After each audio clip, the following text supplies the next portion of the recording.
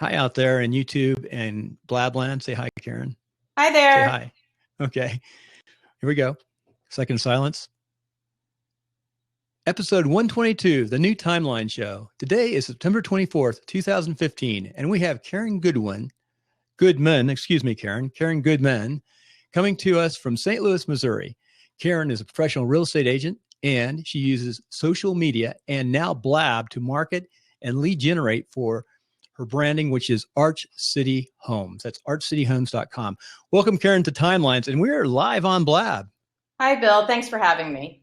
We can't go back. You know, I promised there'd be limited editing on this podcast. This is going to go everywhere. It goes podcast, YouTube, of course, to Stitcher Radio and iTunes. So there's limited editing. And I got a little bit of butterflies because normally we do this and, play with it, work the sound and edit. And I'm doing less and less editing these days, and which I think is the way to go. Well, Karen, this is about your story. And through your story, you're going to help other professionals like yourself and other people who are thinking about getting into real estate, because we talked briefly and I met you through Blab. Yes. We talked briefly about your background. I think you're doing a perfect launch in your career and your real estate and what you're doing, because I know how hard real estate is and how hard it is to be a professional to get going. So tell us a little bit about yourself, how you got to where you are today. First of all, tell us what you're doing today in real estate briefly, then let's go back and see how you got there. Okay, so I am in the St. Louis, Missouri area. I sell homes and condos. I really focus with people that are looking for owner-occupied properties, not investors, not wholesale properties. And I work out of a brokerage, Circa Properties, which is a small independent company in the St. Louis area. We have about 20 agents in the company, so it's not one of the big national brands that everybody's heard of, but that allows us to really stay focused. It's been an interesting journey to real estate. I think most people don't just wake up one day and decide they want to be a real estate agent, as I didn't. I started thinking I was going to be a child psychologist. So I figured that out in, I think, 10th grade. And I went all the way through college thinking I'm going to be a child psychologist. I need to get into graduate school and get a PhD. And then I decided that it really wasn't exactly what I wanted to do. And so I left the graduate program, which was in Houston, moved back to St. Louis, my hometown, and got a job working in social services, doing really what I wanted to do. I was working with children and families. I started in a nonprofit in a social service setting. I was working at a battered women's shelter and chemical dependency program with the kids, then moved on to a couple of other nonprofit agencies, spent about 5 years working in social services, and then got to a point where I decided that it just wasn't a good career path. There wasn't enough benefits and support of the employees, even if it was a great program that did a great job with the clients.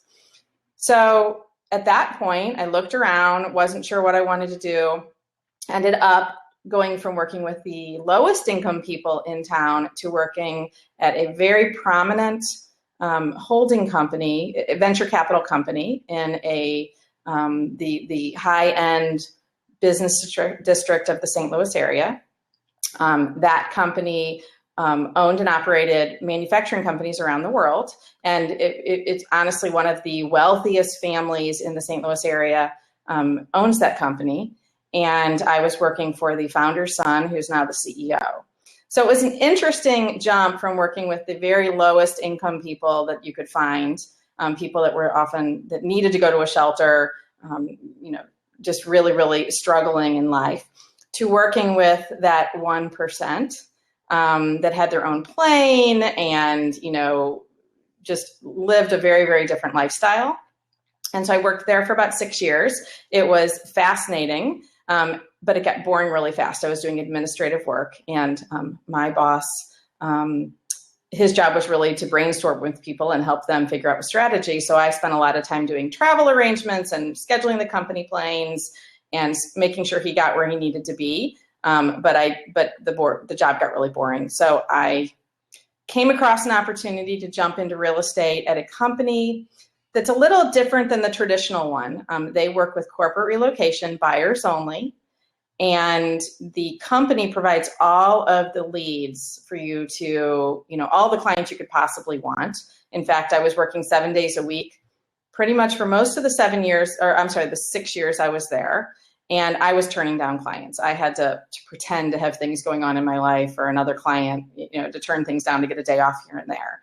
And after 6 years there, I decided to leap to another brokerage to go into more traditional real estate where I could work with sellers also, which provides balance to your life, because working with buyers, especially relocating buyers that fly in for 3 days, you spend 8 hours in the car driving them around, then you go home and you spend the next 3 hours figuring out what you're going to do with them tomorrow. And you do that 3 or 4 days in a row, and then they fly out and then somebody else flies in. And that's exhausting. Right. It certainly is. First of all, a little background. My family has been in brokerage for a long time. I've been a broker for 25 years as a backup broker in California, and my wife's a broker in Nevada and California. So we understand exactly what you're saying. Mm-hmm. And what's really frustrating is it's a hit and miss thing when you're working with a relocation too.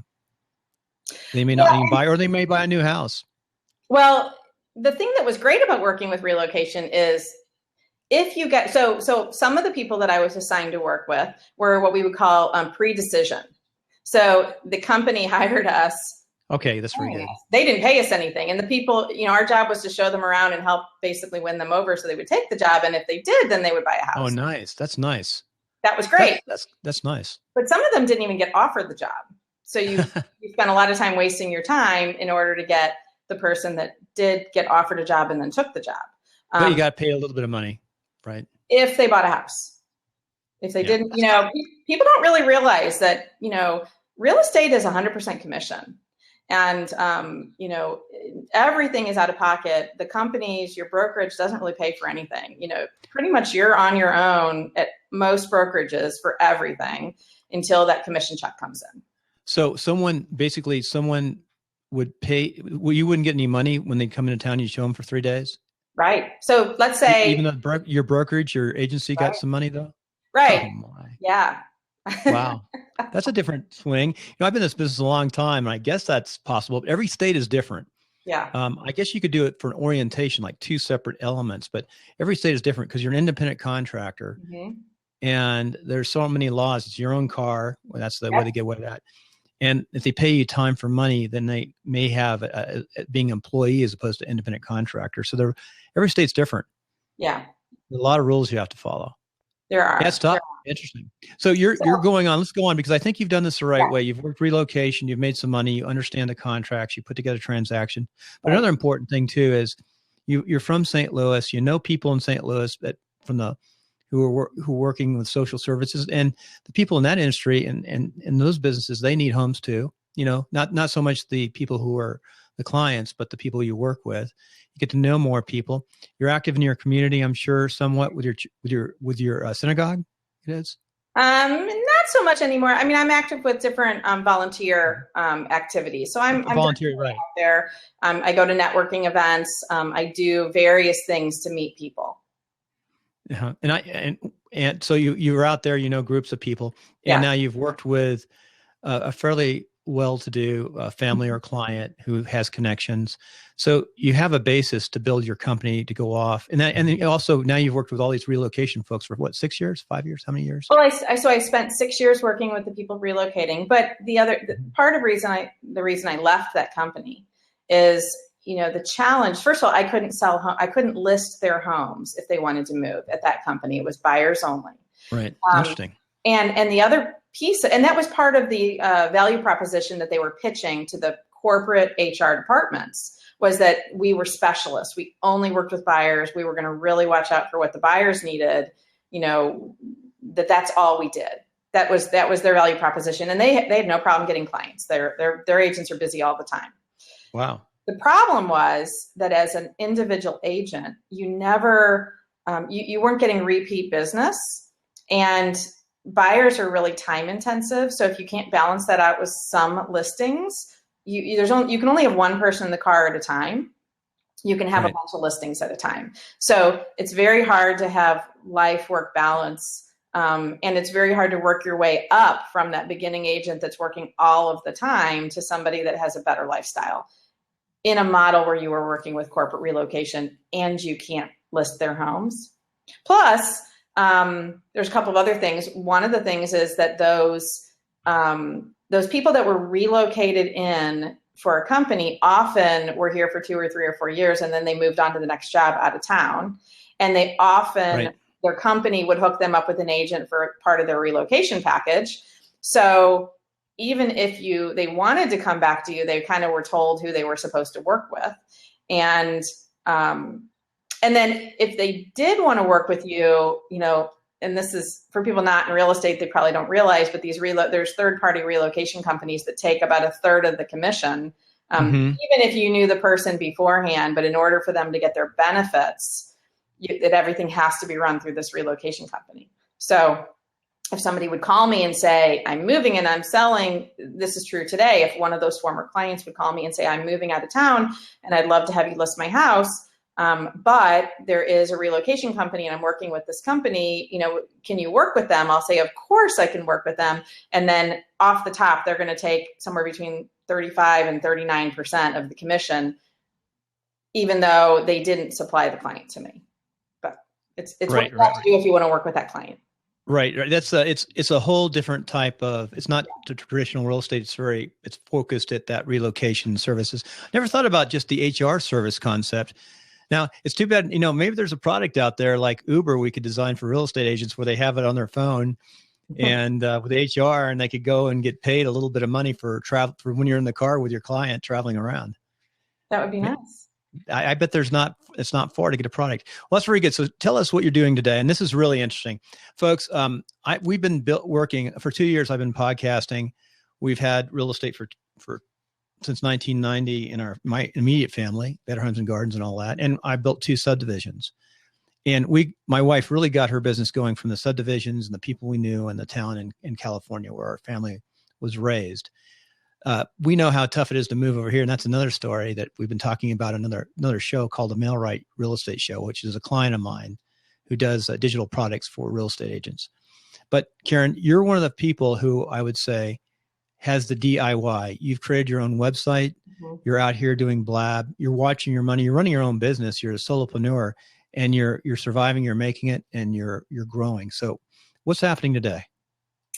Well, I really, I hate the traditional lead generation, the door knocking, the calling for sale by owners, calling what we call expired listings. So they had hired an agent.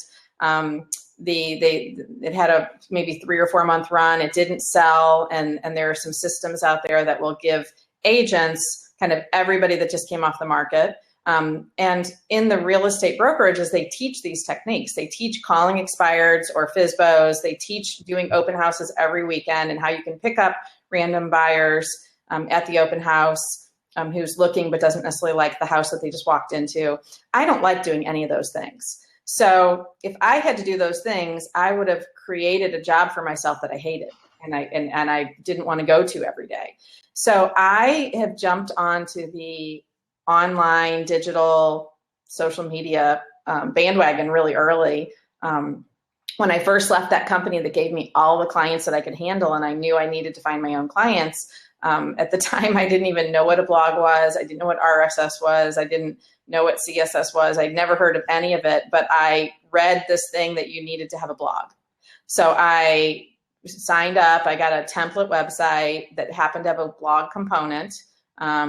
And I went into the forums and I learned. I was self-taught. I have hired a couple of designers over the years to redo my website once I decided to get off the template. To be candid, I've had mixed success. The best success I had, I ended up with a great website that I loved, but it was really expensive. And as I mentioned, as a real estate agent, everything comes out of pocket. Nobody's paying for that stuff for me. And yes, it is a tax deduction, but that doesn't mean I get my $4,000 back. It means that I pay slightly less taxes. So the challenge that I've discovered is that, technology is changing so much, and I'm not willing to kind of continue to fork out that kind of money to have a designer really do a fancy website for me. And then 2 years later, there's something new and that system doesn't work and you have to start over. And that's what happened with the last website. It wasn't responsive. And I learned about responsive websites and I said, I have to have this. And it was on a theme that, what was the name of the theme? I don't remember. The one you're using now at artcityhomes.com? Yes, artcityhomes.com. It was on Thesis, which is a WordPress theme. Wonderful. Which was, except that the Thesis, I think it was like 1.0 or something. Okay. They couldn't upgrade from that. Sorry. Couldn't upgrade from that version of Thesis to a responsive version. So basically I had to start over. No, I think on Thesis, yeah, I just want to say, yeah, understand. Yeah. So when I went through that experience, hi, Robin. When I went through that experience, I said, never again. You know, I went online, I've played around, I've bounced around, I've used some free Thesis or WordPress themes. I've occasionally paid for the upgraded version, which is usually, 30, 40, 50 bucks to get you some extra features. I go into the developer forum if I need to tweak something. I don't know code at all. I don't want to learn it. I bet you know a little bit of code. You just don't realize it. No. I don't know code. Well, I know how to copy and paste really, really well. So I find the way it looks the way I want it. I go switch over to the HTML tab. I copy that format and then I paste it where I want it to be. That's the extent of what I can do. I'm really good at breaking my website if I try to mess with any of the real files. So I keep it simple because the way I look at it is my job is to sell homes. My job is not to be a website designer. But I have a choice of either learning how to do enough to get by or paying somebody a lot of money on a regular ongoing basis, because sure enough, in 2 or 3 years, everything's going to be really different and my website isn't going to upgrade and I'm going to have to redo it completely. I have this discussion with the professionals in WordPress all the time because we have a support program for them. And, there are people there are real estate agents who pay $7,000, $8,000 for a site. Now they do some amazing things. But that's at least, depending where you are, at least one and a half commissions. Mm-hmm. It is. So it's a lot of money and it's out of pocket.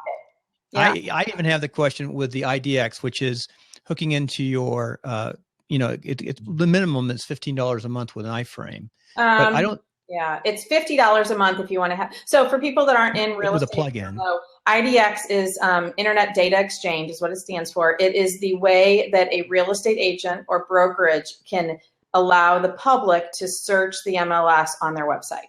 Right. Now you don't have IDX on yours, I don't think. I have had it for years. I finally decided that I was going to drop it. And perfect. If I follow all the gurus, if I follow everybody that talks about how to make it in real estate, everybody says you have to have it. But what I've learned is that I'm not really good at converting those cold signups. And I'm not really good at driving massive traffic to my website. And unless then you got to put them on email campaigns and drip campaigns, and there is a process to make it work. And that is just not my style. So continuing to pay $50 a month so that I can have this on my website as just a service.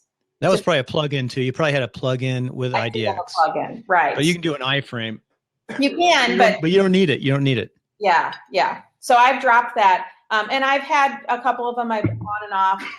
But I'm really a believer that you have to figure out what works for you, what you're good at, and play to your strengths. And doing email campaigns and drip campaigns and getting thousands of people onto an email list and then setting up an automatic campaign, and that just doesn't work. I'm not good at that.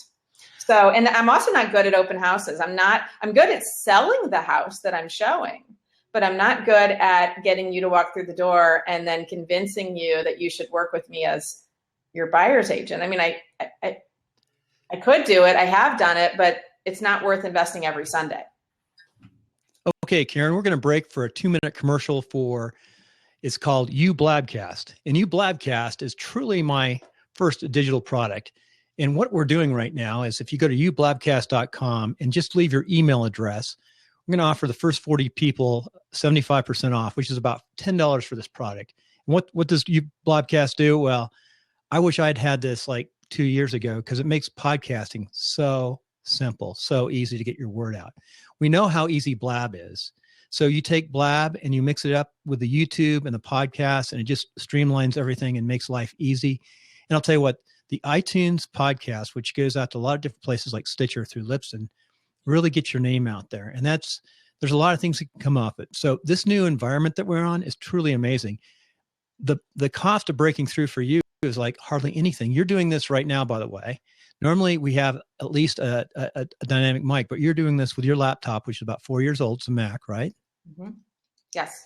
And you're not using a mic, but that's the only thing I'd recommend is that dynamic ATR 2100 with a stand mic. But we're going to let it go today. A lot of times in the past, I wouldn't even interview folks if they didn't have at least some type of mic or a better system. But your content is very, very good. And I'll tell you what, Blab does an excellent job of doing multi-band compression or working the sound to get a very good MP3, which is emailed to you. You can put that right up onto iTunes, or you can do a little bit of editing. But it's really reduced something that used to take hours and hours down to just a few minutes with notes. Not a few minutes. I mean, let's say 15, 20 minutes, you can get a show up in iTunes. So it's really helped. So that's the commercial. Go to ublabcast.com. Just put your email address. We won't spam you, but the first 40 folks will get the beta, which is going to be out in about 2 or 3 weeks. So it is an environment. Now, that said, I'd like to talk one thing about real estate before we go on to the final section, which is going to be your success and life principles. Digital media and working in this environment, going online, is a very tough environment. There's a lot of people who overpromise that you're going to get rich. Real estate has some of those same elements. Mm-hmm. We know a lot of folks who make a lot of money. My wife carried 7 or 8 listings at any one time, made a very good living in California. We have moved to Reno after I was reactivated, went back in the military. But we moved to Reno because we wanted to take a break after being in Central Valley our entire lives and knowing everybody, building subdivisions. And she's restarted over. And I can tell you how tough it is with her, with over 20 years of practicing real estate as a broker and a principal broker, as an agent and a broker. Starting over in a tough town is a tough way to start. Now, you've built up slowly. Mm-hmm. Do you have any advice for that person coming into real estate? What would you do if you were just fresh moving to another city right now? If I was fresh moving to another city, I think I would absolutely capitalize with social media. I mean, it's what's really helped me build my practice. You really get to know people, and real estate, like anything you're selling, is very top of mind. So you can't remember the 10 people that sell houses. The ones that you remember are the ones that you see from regularly. And so I used to be at a brokerage that talked about how to keep in touch and how to market to your sphere and your mailing list. And they talked about a 33 touch. And throughout the year, you should be calling, sending notes, doing something 33 times a year. Well, I believe that works, but nowadays it's even better because I can do a 365-day touch because I can be online. I can be on Facebook or Twitter or Instagram or Blab or whatever it is, and I can keep in front of them. And I'm very strategic in the way I do that. And I'm very, very careful about, I'm not always talking about real estate, but I just want them to see my face. I want them to remember that I'm there, know that they can find me where they hang out. So I tend to be on all of the big platforms. I spend more time on some other, than others. But the ones that I don't spend a lot of time on, I make sure that I have my notifications set so that I get emailed if I get a message. Uh-huh. So that if somebody messages me on LinkedIn, even if I'm not spending a lot of time there, I get that message and I can pop in right away. And they don't know that I'm not spending a lot of time there. So that would be my biggest suggestion, is trying to break in. I'm not saying you don't do those other things. Absolutely, you have to learn the market. Doing open houses is an effective way at picking up buyers. Occasionally a seller, maybe a neighbor. If I was going to actually do that, which I'm not, but if I did, if I moved to a new city and I really needed to build up some traffic, what I would do is I would target, I would be at a brokerage where maybe other agents, there's a lot of listings, and I would pick a price range and a very, very small little corner of the city. And I would only do open houses in that very small area so that people that are buying and looking in that area in that price point start seeing me at every single weekend when they go out. That's a very good idea. Very good. Yeah. Rather than you're hopping around, rather than you're trying to do your own listings or you're bouncing around saying, oh, this sounds like a good listing. If you pick this one little, 2 square mile area in this one particular high school's boundaries and in a particular price point, you're going to start seeing the same people over and over. And they are going to think that you're this big agent, even though you're not, and you're new and you're doing other people's open houses. Right. I would totally do that. That if I was moving to a new city and I really had to drum something up, I would do that. And I would get on social media. I would start searching on the each of the networks for people in that city. On Twitter, you can do that by searching for the local hashtag for that city in St. Louis. That's STL. So I can go on pretty much any social network and search and try to find people that are in that city. If you find one person, if you click on their followers or their friends or their connections and scroll through their people, they probably know a lot more people in that city. So I would get out face to face. That's the other big thing is I would get out to networking events.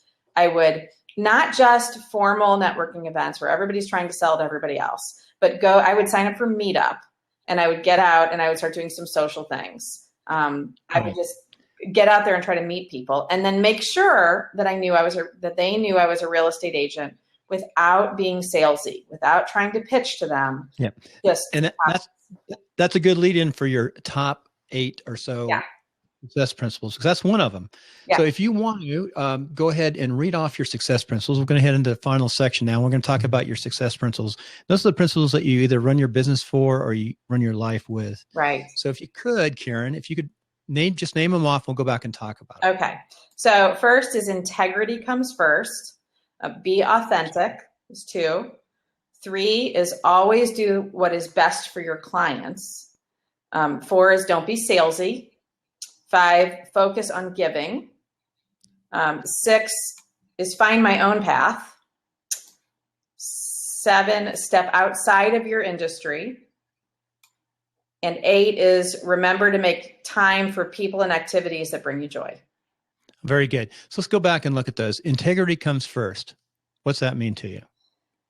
It means that I have to really, and this kind of goes along with number 3, always do what's best for your clients. I have to feel good about what I'm doing. I have to know that it's really the right thing. It doesn't matter if something makes me money, if it's not ethical. So if I say I'm going to do something, I need to do it. If I've seen a lot of agents do things like say, I guarantee to sell your house in 30 days. Well, no agent can guarantee that unless they are prepared to buy it for a really good price and not just the deep discount price. So you have to tell people the truth. And so when I'm meeting with a buyer or a seller, I need to make sure I'm letting them know the reality of the situation so that they can make good decisions about moving forward or not moving forward. Maybe buying right now isn't the right time, or maybe selling isn't the right time. They need to know the truth of what they're going to sell for, or what they're going to spend, or things like that, so they can make good decisions. Very good. I want to tell you a little story that I have a challenge, and you just caught it right on. It sort of firms up. I think that integrity is so important. I've got a situation this weekend. In fact, tomorrow morning, I have to leave to go to WordCamp LA. The commitment was made months ago. It's for a person I work with. I'm actually working. They bought a table down there. They have an agency which creates digital products for real estate called the MailRight. It's MailRight, Mail-Right. And it's WordCamp where all our really geeky programmers, interesting group of people. If you've ever gone to a WordPress camp in your city, you should go at least once. Hard to get a ticket for them. But anyway, we'll be at that ticket. But I have a mentor who I work with closely from Silicon Valley who is very, very successful. And I should have had this digital product done. He's saying, you should not go. You should finish that digital product because that's your business, loyalty to your business and all that.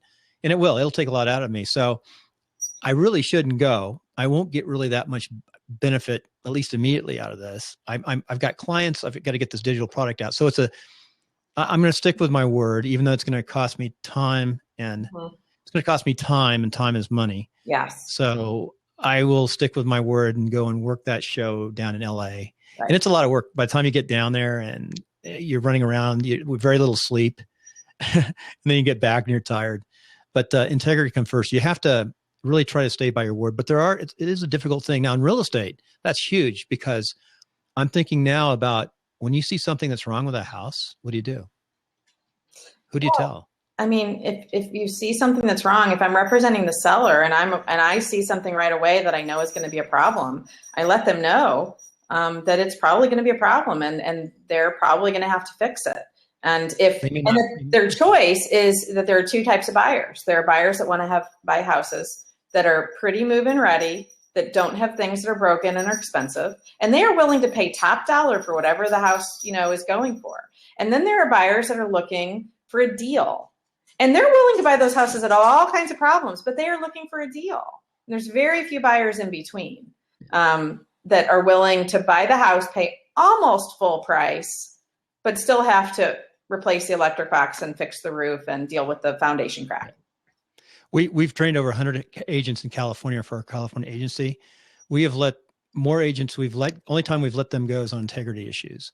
Yeah. Whether they've done something or tried or sold a house and not disclosed something, things of that nature, to get the commission, and that destroys the industry. Somebody is trying to, I've had clients where I've basically said, if you won't put this on the disclosure, then you'll have to find another agent.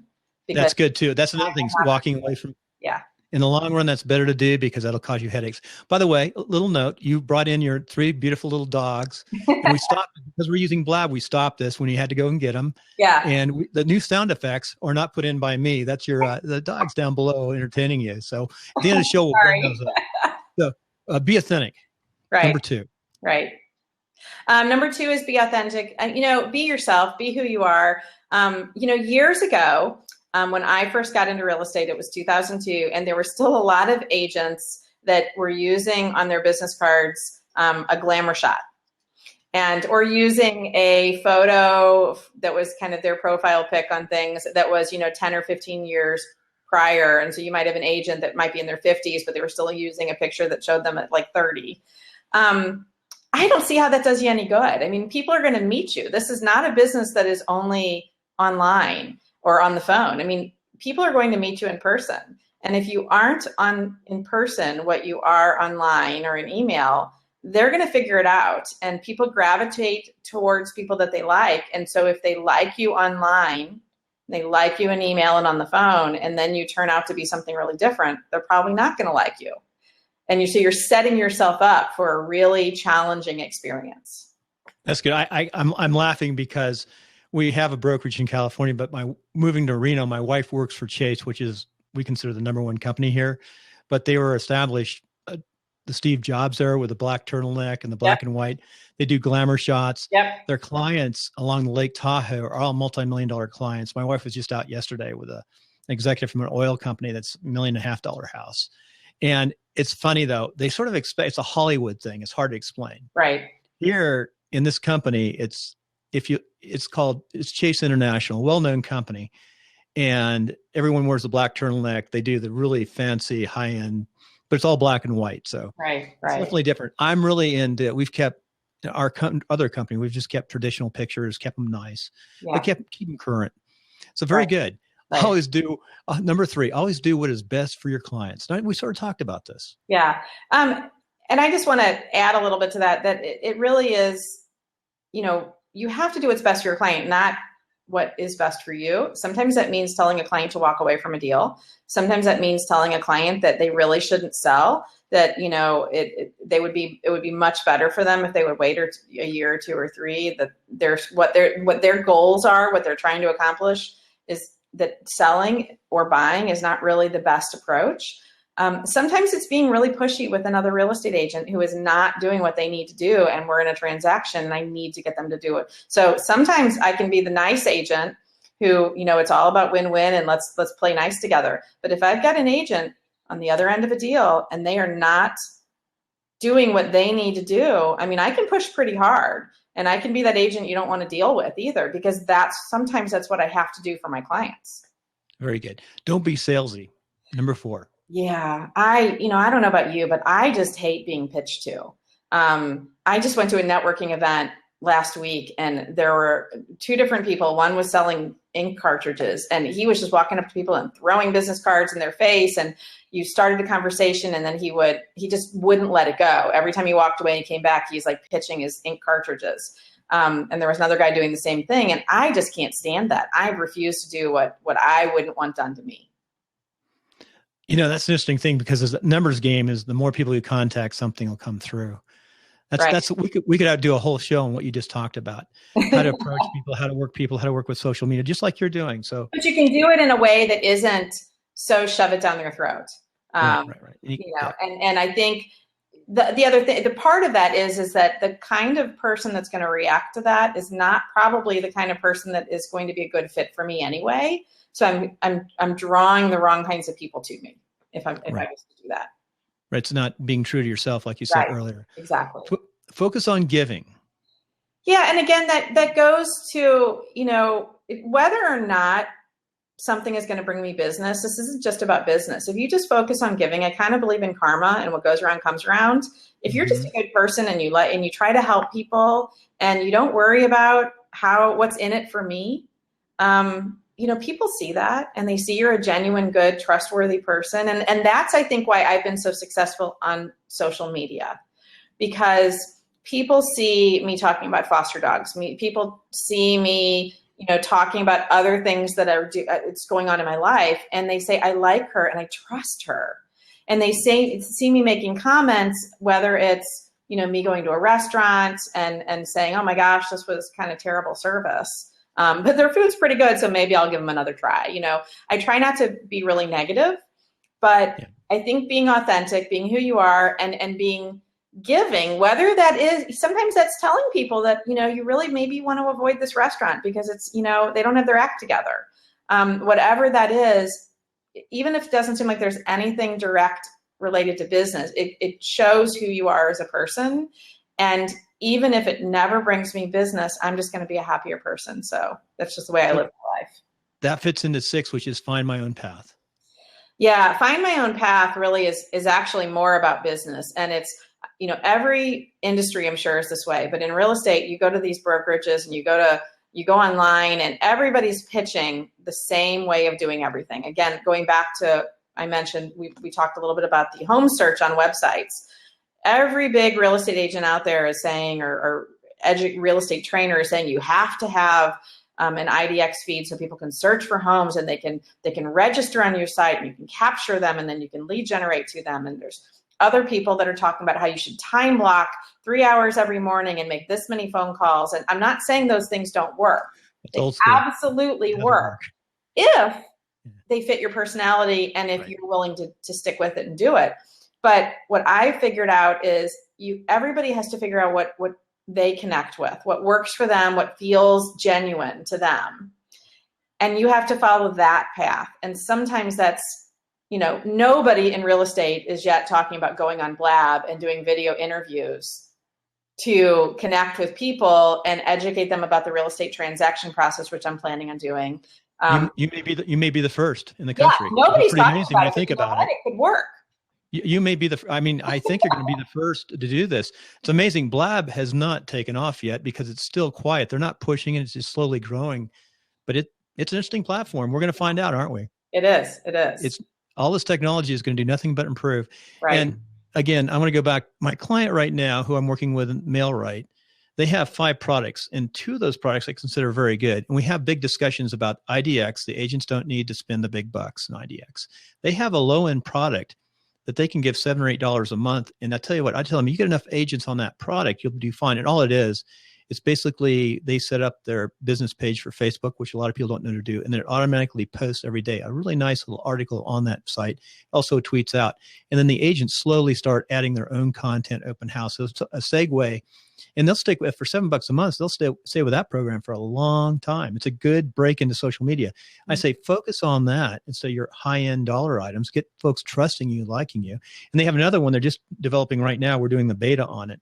My wife is actually one of the betas, and it's reputation management. And I think that's going to work. Basically what it is, instead of sending out emails and trickling all the time to your best friends and clients and the people you worked with, You send out an email and it does a quick survey of what they thought of you.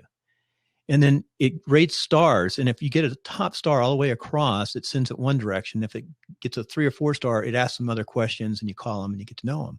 So it's reputation management. What's nice though, if you get 5 stars, it automatically starts uploading those to all the top places like Yelp, things of that nature. And they're working that. It's done mostly by bots and computers and some touching. But that's a nice way to get, how hard it is to get write-ups from clients up on those sites. Right. Yeah. So they're working on that. I think that's going to be their product, but they've got some products in between. They're like $60 a month or $70 and the IDX and everything. And those products, like you said, I'm not a big fan of IDX for the individual agent, maybe the brokerage, but not the agent. Yeah. I just think that, I always looked at it as since I wasn't really trying to get massive volume, and then so I could lead capture and then I could direct mail to people. I always looked at it as it was really a service I was offering to my clients so that they could go to my website and search on my website. But the reality is that I'm never going to be able to compete with a Realtor.com or a Zillow or a Trulia or a big brokerage as far as in search engine or even in the features. And most of these IDX companies aren't able to compete with those big sites. And so it's a better searching experience on Realtor.com. And so people want to go there. Let me tell you how you can compete. And you sort of did it. You don't realize it with your blog. You blog, just blog, put pictures up, tag your pictures. I saw you in Gary V. Mm-hmm. Yeah, I mean, that's great. I found you. That's how I found you because I found you online on the search. If you just take a picture of your house and you hook that address into the picture and put it up on your site on a blog, you're going to get some real high SEO and it's going to pop.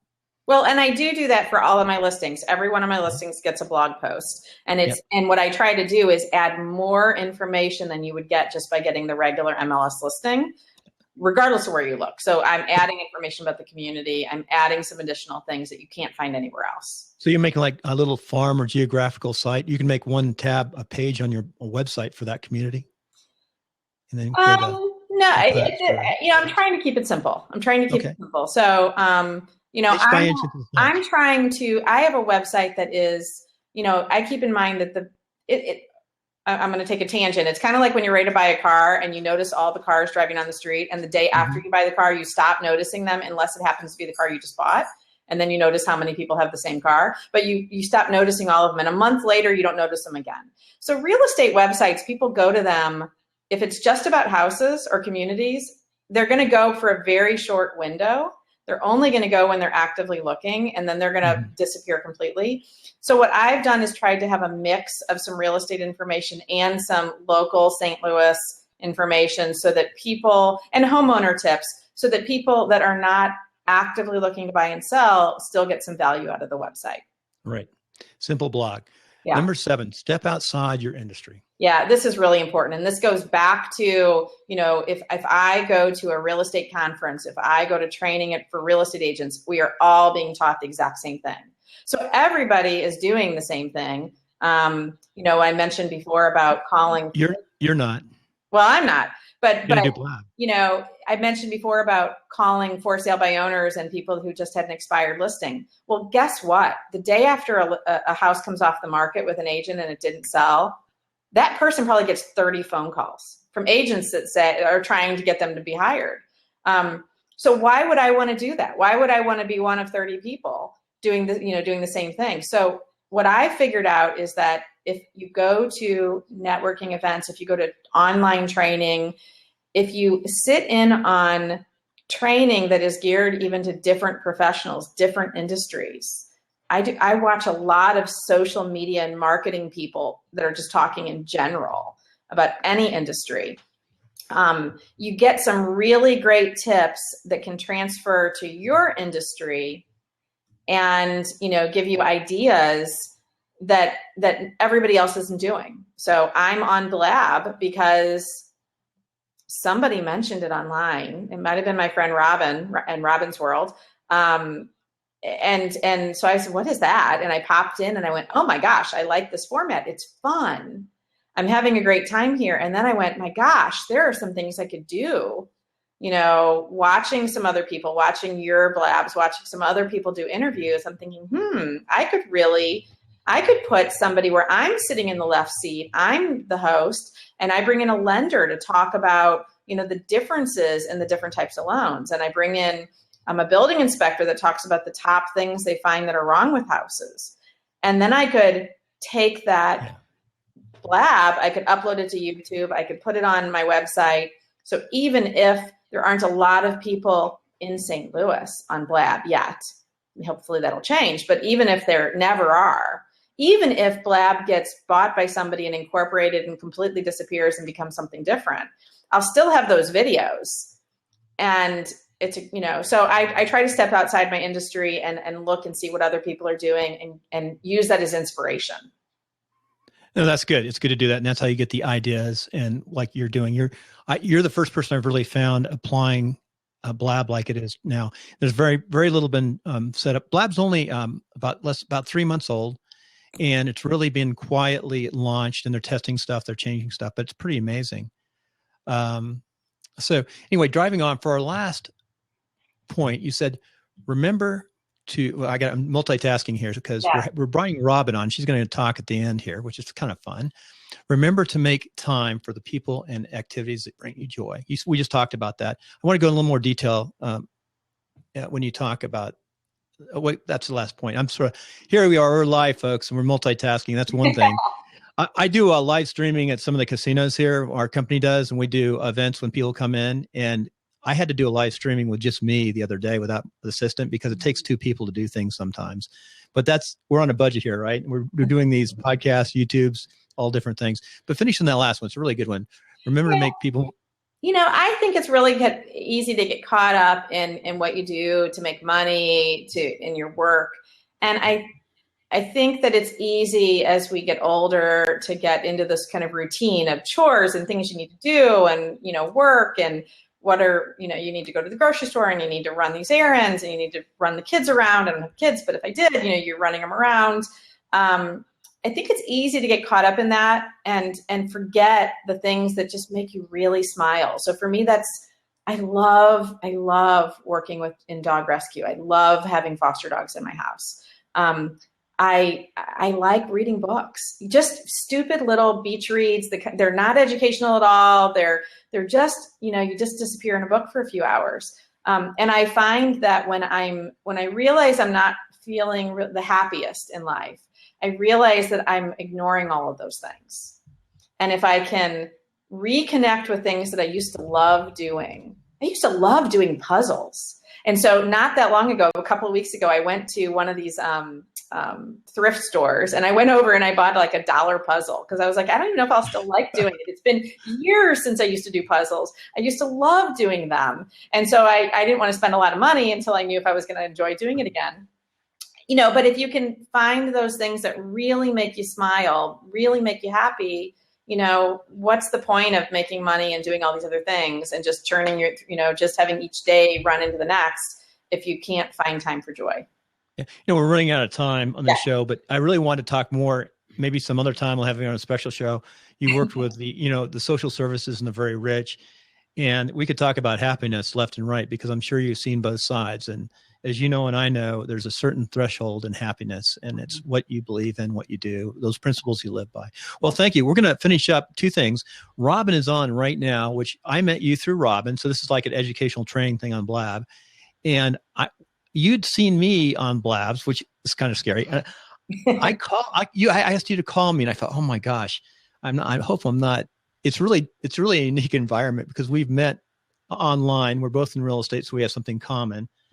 But I felt kind of strange. I said, well, would you call me, please? But Robin's there too. And Robin, say hi, introduce yourself, because you have right now we're looking at your little picture coming up in Blab. You've got your logo in back. And I know you're good in social media. I've got this feeling that's your specialty, right? I can pull it up. So I'm Robin Wright, and yes, that is what I do for a living, is social media. Started out blogging, and it just kind of went from there, where I expanded out. I love social media for using it for myself, creating my own brand with it. And then now I work both ends of it. And I work the backside and the front side of working with brands and different things like that in social media. So that's good. And that's how we met. You did an excellent show, and we'll put that link up on my show too. And off Karen's site, they sent an MP3. That show was excellent. And I don't know how much training you guys have in this environment, but it came out really well. And Blab? Yeah.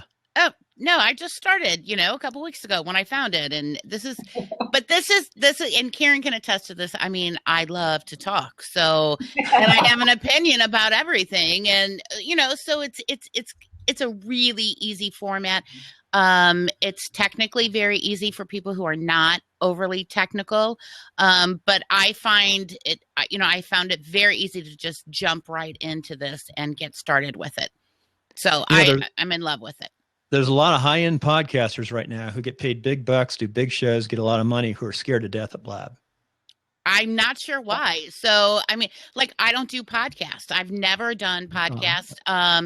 And one of my big things of why I don't do it is because so much of it is pushed through iTunes and stuff, and I don't use Apple devices. 85%. Yeah, I don't use Apple devices and stuff, so it's not a big thing for me. There are a few I like, but the Blab thing, I hear so many people that are on Blab saying, I'm making this into my podcast. So they have a visual to go with it, and then the audio still is there.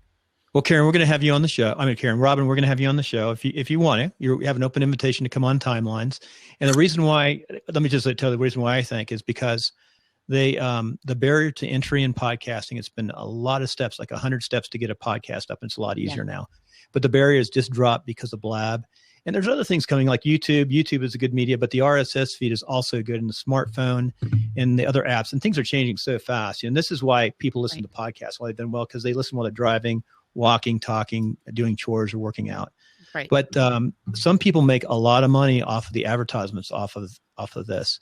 And they've taken a lot. There's actually more time listened on podcasts now than there is radio. They've just done studies just come out. So I believe people are definitely listening, because my wife we listen a little bit of radio, not much, but at night she'll listen to a rebroadcast on iTunes of her favorite radio show.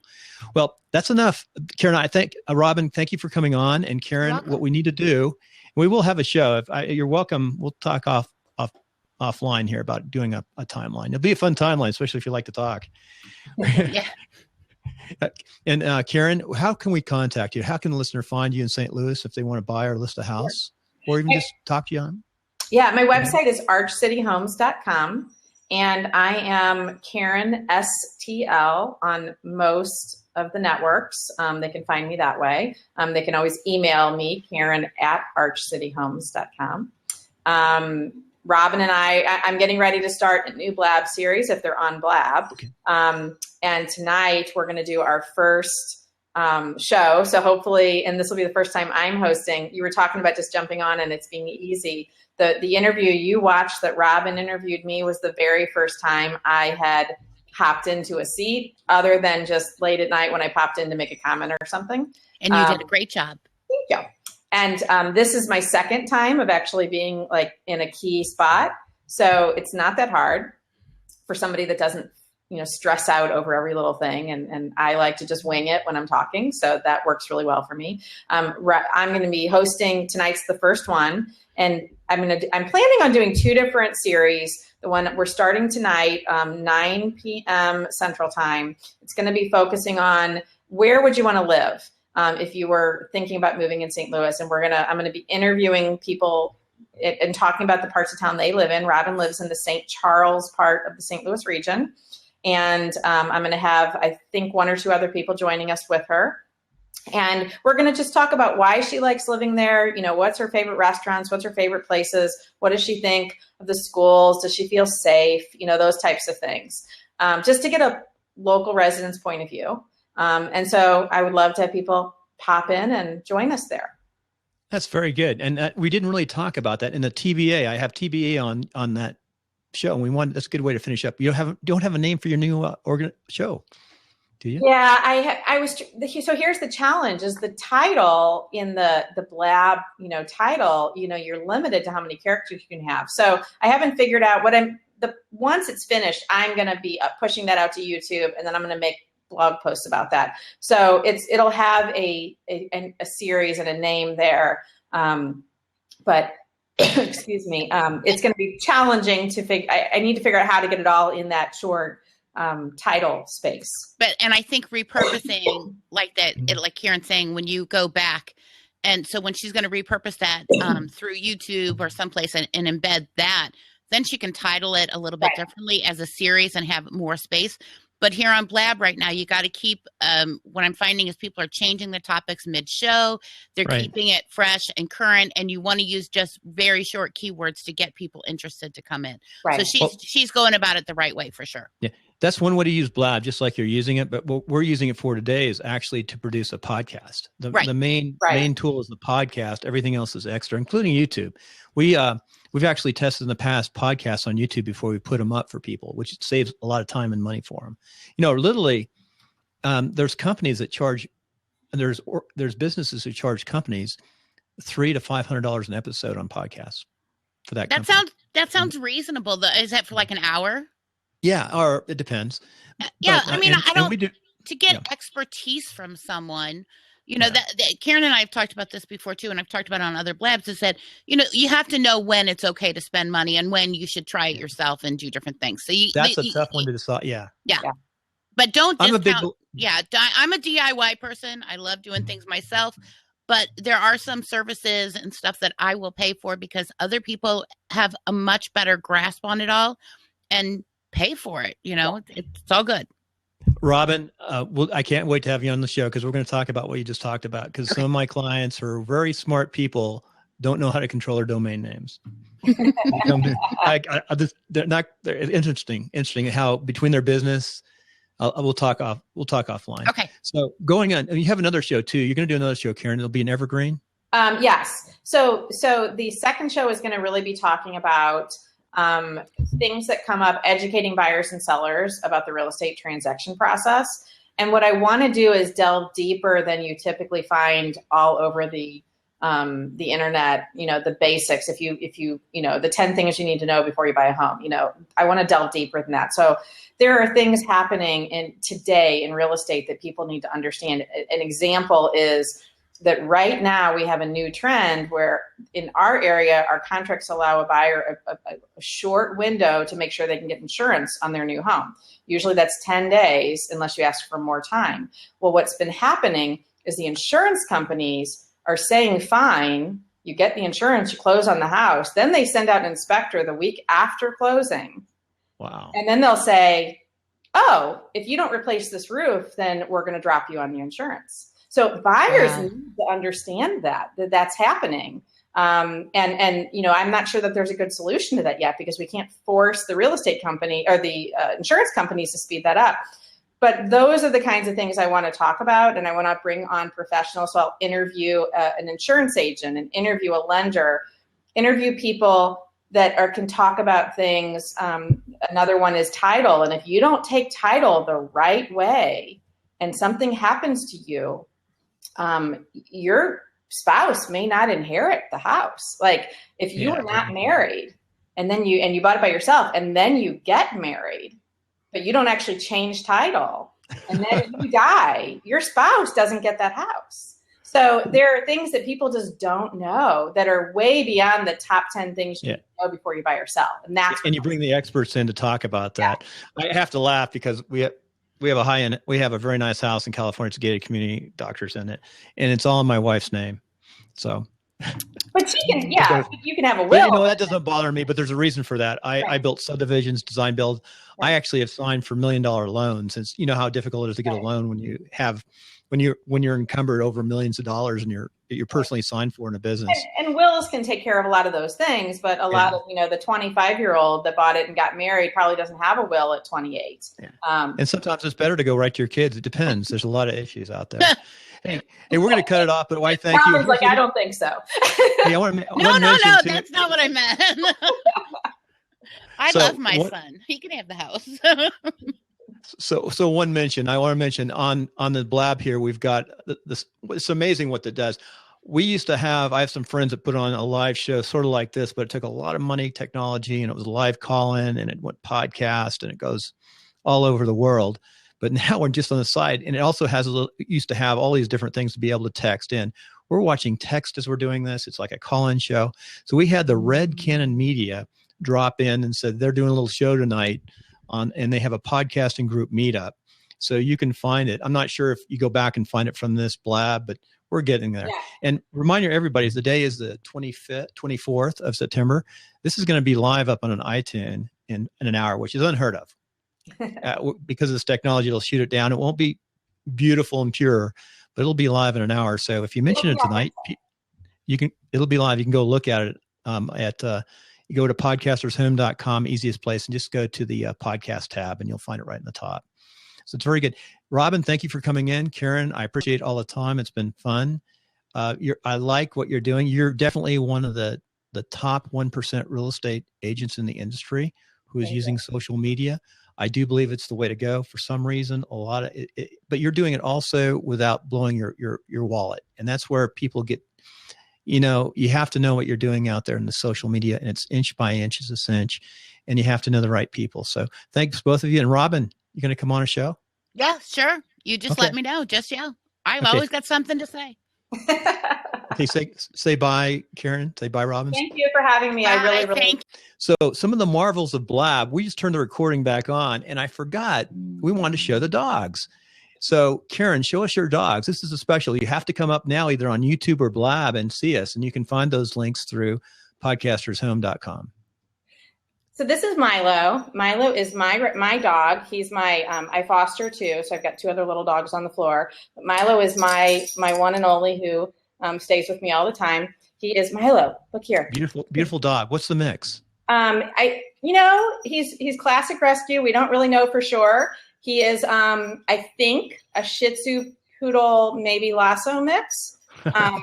So he's a good old fashioned. The answer to that is adorable. What is he? He's adorable. Right. I also, a lot of times I'll answer the question to that is, look here, Milo. I'll say, people ask, where's Robin? Milo, I see you. The answer to that often is he's an Ewok, because I've had a million people tell me he looks like an Ewok. That's what so he I might looks actually go buy an Ewok costume. Yeah. So I'm going to put him down for a second. And you could hear these sound effects weren't from me during the show when the dogs came in because we took a break. So I foster. This is Georgie. Georgie is a Brussels Griffon full-bred dog. He is 6 years old. He was up until 3 days ago. He never, ever was out of a cage. This is what a dog that lives in a puppy mill making babies for money looks like when they discover happy life. Georgie. I'm trying to get him to look more towards the camera, saying his name, Georgie. What's down here? And after 6 or 7 years, a dog can't produce produce that name for 3 days. So he kind of knows it, but this is Georgie. It's a he. Working on potty training. We have what we call a belly band on him. Okay. Keep my house clean. And then I've got one more. Whoops! I just dropped him. Whoops. Whoops! Whoops. Oh. And this is I know you're okay. This is Jeezy. Jeezy is up for adoption. I've already got a family lined up for Georgie, but Jeezy is an example of what happens when people don't understand pet ownership. He's 9 years old. He lived with somebody since he was 11 months old. Oh, and sad. She just decided that she was moving and she didn't want him anymore, and she took him to animal control. And if it wasn't for people like me and other people that do rescue, he would never have made it out of animal control, because people don't go to animal control and adopt 9-year-old dogs.